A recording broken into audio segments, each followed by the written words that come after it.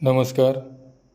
तर आज आपण पाहणार आहोत इयत्ता 4थी शिष्यवृत्ती परीक्षेमध्ये येणारा प्रश्न आहे घरदर्शक शब्द म्हणजेच कोण कुठे राहतो, प्राणी आणि त्यांची घरे. 1 नंबरचा शब्द आपण पाहणार आहोत माणसाचे.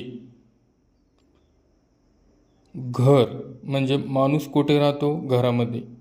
2 नंबरचा शब्द आहे पक्ष्याचे. पक्षी कुठे राहतात, घरटे. नंतरचा शब्द आहे आपला 3 नंबरचा उंदराचे. बीळ, उंदीर कुठे राहतो, बिळामध्ये. 4 नंबरचा शब्द आहे कोंबडीचे. खुराडे. नंतर पुढचा शब्द आहे आपला 5 नंबरचा घोड्याचा. घोडा कुठे राहतो, तबेल्यामध्ये. तबेला. नंतरचा शब्द आहे कोळ्याचे. जाळे. 7 नंबरचा शब्द आहे आपला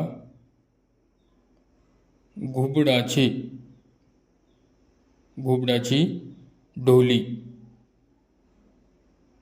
8 नंबरचा शब्द पाहू मधमाशांचे. मधमाशा कुठे राहतात, पोळी. मधमाशांची पोळी. त्यानंतरचा शब्द वाघाची गुहा. पुढील शब्द पाहू मुंग्यांचे. मुंग्या कुठे राहतात, मुंग्या राहतात वारुळामध्ये, म्हणजे मुंग्यांचे वारुळ. त्यानंतरचा शब्द पाहू